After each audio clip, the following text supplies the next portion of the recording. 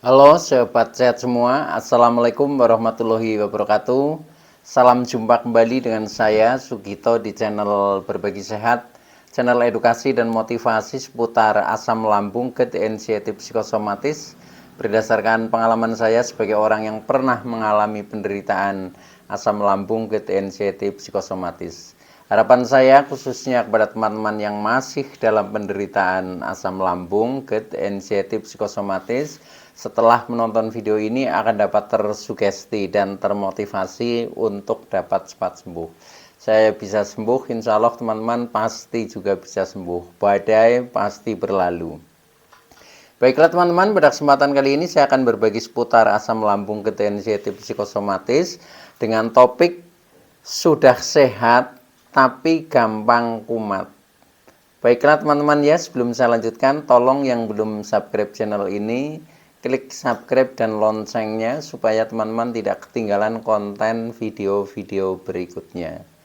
Dan jika suka, klik like, selalu bagikan ke sosial media teman-teman. Semoga bermanfaat buat kita semua. Baik, kita lanjutkan. Jadi topik kita kali ini adalah sudah sehat tapi gampang kumat ya. Teman-teman semua perlu kita sadari bahwa penderitaan asam lambung, GERD, anxiety, psikosomatis yang disebabkan oleh multifaktor ya, baik itu faktor fisik maupun faktor psikis dengan sensasi yang sangat beragam, mulai dari ujung rambut sampai dengan ujung kaki yang sering kita kenal sebagai 1001 rasa sensasi. Memang sungguh luar biasa ya, sungguh dahsyat dan perlu kita tangani dengan bijak agar penderitaan asam lambung, GERD, anxiety, psikosomatis dapat cepat membaik atau dapat cepat sembuh total. Nah, khusus pada season kali ini ya, saya bahas tentang topik ini ya, yaitu sudah sehat tapi kadang gampang kumat ya. Ini penting ya, karena kadang kita itu seperti itu ya. Jadi dulu saya juga mengalami di fase-fase seperti itu ya. Jadi kadang secara fisik terutama ya kita merasakan sudah sehat ya, secara mental juga sudah ada keberanian lah katakanlah untuk keluar rumah, untuk bepergian yang agak jauh itu pun sudah berani. Tetapi kadang ya karena mungkin kekurangan kita ya, nah akhirnya tiba-tiba kambuh. Nah, hal ini yang kadang membuat kita menjadi rasa cemas ya, rasa khawatir, rasa was-was, bahkan takut itu masih melekat ya. Nah, maka dari itu kita harus bisa mengatasinya supaya betul-betul kita menjadi sembuh total atau sembuh permanen. Nah, ternyata itu semuanya itu bisa kita latih ya melalui tip-tip ya, dengan kesadaran kita sendiri ya. Kemudian kita lakukan sebenarnya apa sih yang menyebabkan, kemudian hal itu yang harus kita perbaiki atau kita kendalikan ya. Nah, akhirnya nanti kita betul-betul menjadi permanen sembuhnya, itu seperti itu. Nah, maka dari itu ini materi menurut saya sangat penting ya. Tolong ikuti video ini sampai dengan selesai supaya tidak gagal paham ya. Nah, termasuk ya alangkah baiknya jika teman-teman juga menonton video-video saya yang lalu ya, karena di setiap video ini saling berhubungan ya, saling melengkapi. Akhirnya kita menjadi paham secara keseluruhan tentang seluk-beluk dari penderitaan asam lambung, GERD, anxiety, psikosomatis. Dengan seperti itu maka kita akan mudah untuk keluar dari jeratan penderitaan asam lambung, GERD, anxiety, psikosomatis. Nah, baik teman-teman ya, jadi kembali kepada topik ya. Sudah sehat tapi gampang kumat ya, atau kadang sehat kadang kumat ya. Nah, ini sebenarnya kalau kita rasakan itu sebenarnya suatu proses teman-teman ya. Jadi prosesnya memang untuk penderitaan asam lambung, GERD, anxiety, psikosomatis itu jarang sekali yang ibaratnya begitu sembuh kemudian langsung permanen ya. Nah, maka dari itu ya disinilah dibutuhkan istilahnya kesabaran ya, dibutuhkan kesadaran ya, dibutuhkan semangat yang tiada henti ya. Maka intinya yang penting kita itu selalu progres ya. Jadi katakanlah misalkan kok masih kadang kumat ya, walaupun itu kadang kita merasa sudah sembuh, nah itu anggap saja hal yang wajar teman-teman ya. Karena apa?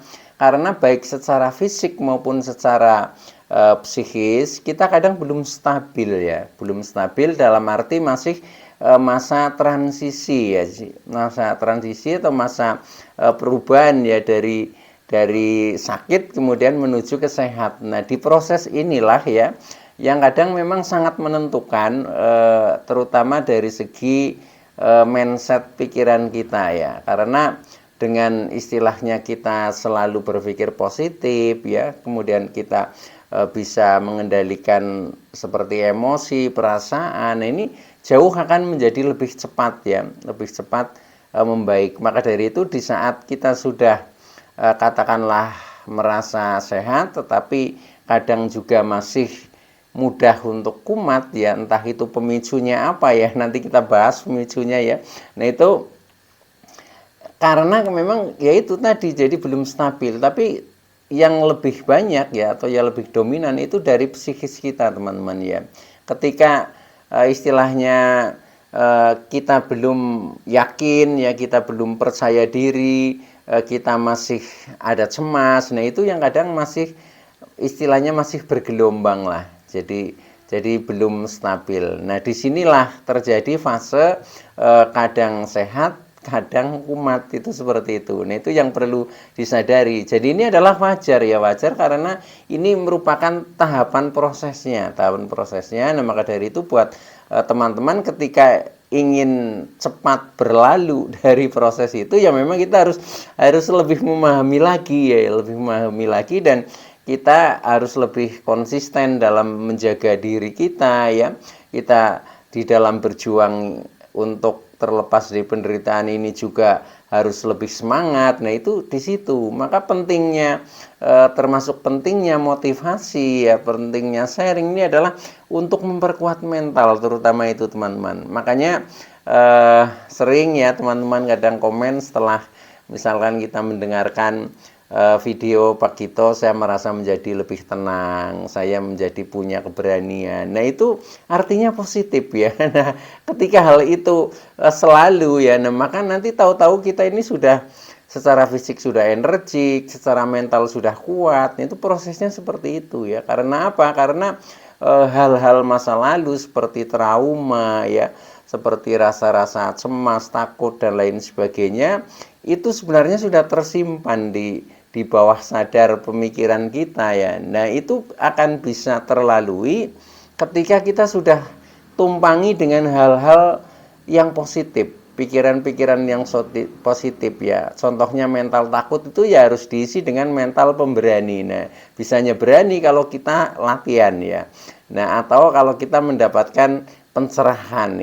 Nah ini penting ya. Maka dari itu ya itulah ya. Jadi kita harus bersabar ketika kita memang masih ada rasa-rasa seperti itu ya, merasakan kadang kumat, kemudian kadang sehat. Nah ini itu wajar teman-teman ya. Jadi optimis saja ya, badai pasti berlalu. Jadi nanti itu akan terlalui dia. Jadi kita optimis saja, pasti akan sembuh ya. Itu seperti itu. Karena dari pengalaman yang saya alami juga seperti itu ya. Seperti itu, maka dari itu nggak usah berkecil hati. Ketika masih kadang tiba-tiba kumat, nggak usah berkecil hati. Maka dari itu saya ingin mengajak kepada teman-teman, kita cermati ya. Kita cermati sebenarnya apa sih yang menjadi masalah itu. Nah, maka dari itu berikut ini yang lebih penting adalah tipnya ya. Tip untuk menjaga agar tidak mudah kumat ya, tidak mudah kumat. Atau ketika sudah kumat itu kita solusinya harus bagaimana. Nah itu yang harus kita miliki teman-teman ya. Kalau kita sudah memiliki banyak tip, insya Allah ya itu akan baik-baik saja ya. Walaupun misalkan terjadi kumat, itu secara mental juga kita sudah tidak takut lagi, akhirnya akan menjadi mudah teratasi. Nah itu caranya begitu ya. Nah tipnya ya supaya tidak mudah kumat, yang pertama ya, Kumat itu kan bisa juga disebabkan dari misalkan pola makan ya, gara-gara makan lah, gara-gara makan apa. Nah tentunya makanan-makanan yang mungkin berhubungan dengan eh, pantangan dulu ya. Nah kemudian kok kita kadang lupa makan atau mungkin ingin makan ya, pokoknya artinya kita makan makanan itu, tetapi tiba-tiba menjadi katakanlah kambuh ya. Nah itu juga sebenarnya wajar. Maka tip yang pertama adalah menjaga pola makan secara konsisten ya, dan selalu mewaspadai makanan pantangan. Itu yang pertama itu. Karena itu juga saya sering sering mengalami dulu ya. Contohnya ketika kita sedang aktivitas di luar. Nah, biasanya tidak minum kopi ya, atau tidak minum teh yang kental. Nah, tetapi tiba-tiba karena kita sedang istilahnya acara di luar, kan kadang kita harus menyesuaikan dengan forum ya. Karena ketika teman-teman yang lain juga contohnya minum teh atau minum kopi, nah akhirnya kan kita ikut ya. Padahal itu mungkin di lambung kita itu masih sensitif. Nah ketika kita dalam saat seperti itu kita tidak waspada, akhirnya kita mengikuti arus secara umum. Nah akhirnya kita juga minum kopi atau mungkin minum teh yang kental. Nah padahal lambung kita itu belum terbiasa hal itu, karena ini masih proses transisi. Nah akhirnya menjadi kembung. Nah di saat itulah kadang mental kita mulai cemas, waduh ini saya kambuh, saya kumat, seperti itu kan pikirannya. Nah semakin berpikir seperti itu ya, ini semakin menjadi ya, asam lambung menjadi semakin tidak normal atau semakin meningkat. Nah hal-hal seperti itu ya, kelihatannya hal yang sepele, tapi memang harus kita cermati teman-teman ya. Jadi yang bisa menentukan kan diri kita sendiri. Kalau memang kita belum berani makan pantangan ya jangan dulu, itu seperti itu ya. Tetapi kalau memang kita sudah berani ya, karena mindset pikiran kita juga sudah kuat ya, katakanlah makan untuk sehat ya, dan setiap makanan itu adalah rezeki yang harus kita syukuri dan kita nikmati, itu sudah tertanam di dalam istilahnya doktrin pikiran kita, ya sudah, kita mau makan apa saja nggak apa-apa, itu seperti itu. Tapi ketika kita masih ragu ya, nah itu yang timbulnya akhirnya menjadi sensasi, sehingga tiba-tiba kumat, itu seperti itu teman-teman ya. Maka sadari saja, kita selalu menjaga pola makan dengan konsisten dan waspadalah, itu yang pertama ya. Nah kemudian yang kedua, menjaga pola hidup ya. Artinya kita itu sering kumat kadang ya, yang kadang tidak disangka-sangka lah, tiba-tiba kadang kumat, itu kadang dari pola hidup kita teman-teman ya. Pola hidup kita contohnya terutama sekali yang paling saya rasakan dulu itu ketika kita agak forsir dalam beraktivitas. Jadi jam terbangnya terlalu tinggi atau kecapean lah istilahnya seperti itu. Nah karena kecapean akhirnya istirahatnya kurang ya, apalagi sampai dengan larut malam juga akhirnya tidur kurang. Nah itu di situ ya kadang karena doktrin pikiran kita itu sudah punya doktrin istilahnya misalkan tidur harus cukup ya, harus 7 sampai 8 jam. Nah seperti itu ketika kita kurang kadang kan pikirannya merasa nggak tenang ya, waduh jangan-jangan nanti kambuh nih. Nah ketika seperti itu ya akhirnya kambuh beneran ya, karena psikosomatis itu sifatnya apa yang dipikirkan itu akan direspon oleh tubuh kita. Nah itu, maka dari itu yang lebih penting adalah sebenarnya dari mindset ya. Kalau mindset pikiran kita doktrinnya sudah berubah ya, katakanlah idealnya misalkan kita tidur atau istirahat 7 sampai 8 jam ya. Tapi kalau misalkan sewaktu-waktu ya tidak terpenuhi ya nggak apa-apa, kita syukuri saja. Itu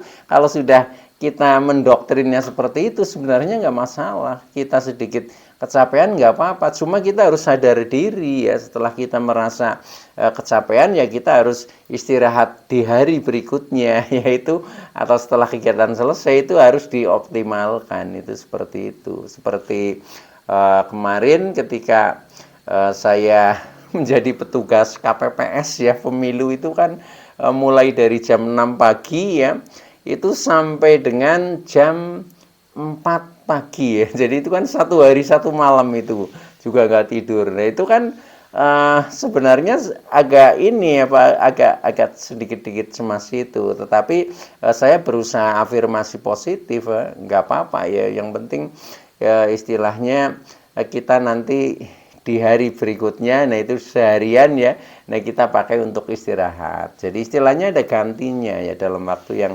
cepat seperti itu juga nggak masalah ya, akhirnya ya baik-baik saja ya. Tetapi ketika kecemasan kita itu bertambah ya, akhirnya kita menjadi takut dengan apa yang sudah kita lakukan itu seolah-olah dipandang menjadi satu kekurangan atau suatu kesalahan, itu pasti respon tubuh tidak akan enak di tubuh ya, akhirnya kita menjadi muncul rasa-rasa sensasi. Nah itu maka dari itu ya silahkan buat teman-teman yang secara mental itu belum kuat ya, kadang kita ciri-cirinya itu masih sering cemas, masih sering ragu ya, bahkan kadang masih takut, belum percaya diri. Nah itu yang harus disesuaikan ya. Maka ya usahakan secara pola hidup kita harus hidup lebih teratur sehingga nanti tidak memicu kecemasan itu datang ya, karena dengan kecemasan datang akhirnya respon lambung menjadi tidak normal, contohnya seperti itu. Jadi ini memang istilahnya muter antara fisik dan psikis ya. Ketika psikis ini negatif, nah itu respon tubuh yang menjadi munculnya sensasi atau menjadi kumat, itu seperti itu teman-teman ya. Maka ketika teman-teman paham hal itu, sebenarnya itu akan mudah dikendalikan ya, akan mudah, dan akhirnya kita keluar dari jeratan asam lambung ke anxiety psikosomatis. Jeratan itu ya itu tadi ya, lingkaran negatifnya itu ya itu. Nah itu jadi tadi tip yang kedua adalah menjaga pola hidup yang lebih baik gitu, seperti itu. Kemudian yang ketiga yaitu dengan cara ya supaya kita tidak mudah kumat, kita selalu menjaga pola pikir kita ya. Pola pikir kita ya itu, jadi intinya lebih banyak berpikir yang positif lah, atau positive thinking ya. Jadi hal-hal yang sifatnya negatif yang kadang akhirnya memicu kecemasan itu yang harus dihindari ya, jadi disingkirkan ya. Nah itu juga harus dikendalikan oleh diri kita sendiri teman-teman ya. Nah maka dari itu ya pahami saja, kita sadar diri bahwa pikiran kita ini sedang positif atau negatif, itu seperti itu ya. Jadi semakin kita paham terhadap psikis kita ya, terutama cara memahaminya itu kan suatu hal yang abstrak ya, kalau nggak dibiasakan juga nggak akan ketemu ya, nggak akan ketemu. Nah itu caranya kita berusaha selalu sadar diri teman-teman. Contohnya ketika kita sedang marah, nah kita tahu, oh saya ini sedang marah, itu seperti itu. Marah ternyata rasanya seperti ini ya, sensasinya nesek misalkan seperti itu. Nah itu setelah itu nanti akan lenyap kalau kita sadari ya, sadari apa-apa yang sedang kita rasakan ya, entah itu yang datangnya dari pikiran, entah itu datangnya dari emosi, entah itu dari perasaan kita yang tidak menyenangkan. Kalau kita sadar bahwa kita sedang merasakan itu, kemudian kita ikhlas menerima rasa-rasa itu ya, nah itu nanti akan lenyap, akan menghilang ya. Nah setelah akan menghilang ya sudah, kita akan baik-baik saja. Tetapi yang jadi masalah kan kadang kita sedang marah tapi kita nggak sadar, nah akhirnya memuncak terus seperti itu teman-teman ya.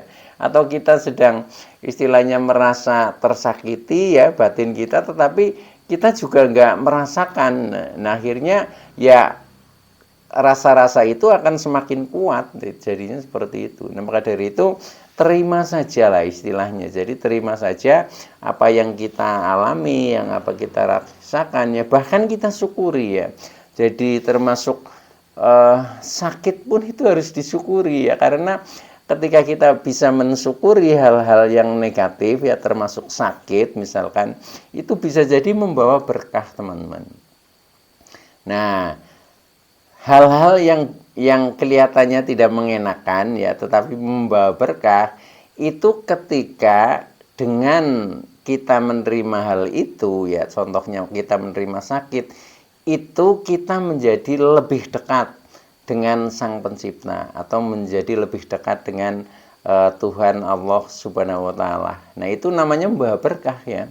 Jadi buktinya kita menjadi selalu ingat ya, kemana-mana kita menjadi sering mengucapkan Asmaul Husna, kita menjadi selalu berzikir. Nah, itu berkahnya di situ ya. Nah, dan itu nanti akan membawa kedamaian ya. Nah, maka dari itu ya syukuri saja. Jadi apapun yang terjadi itu karena ini juga kehendak Tuhan ya, maka ya harus kita terima. Dan kalau kita sudah bisa menerima dengan ikhlas, itu nanti akan lenyap ya, akan lenyap. Ibaratnya penderitaan itu akan berakhir, itu seperti itu. Kalau sakit ya akan sembuh, itu seperti itu. Tapi kalau kita masih menolak ya, nah itu yang akhirnya masih datang terus. Itu sifatnya seperti itu teman-teman, karena istilahnya hukum alam itu kan hanya mengalir ya, mengalir bagaikan arus air lah. Ketika saluran itu tidak ada sumbatan, akhirnya bisa menerima, ya sudah akan lancar terus,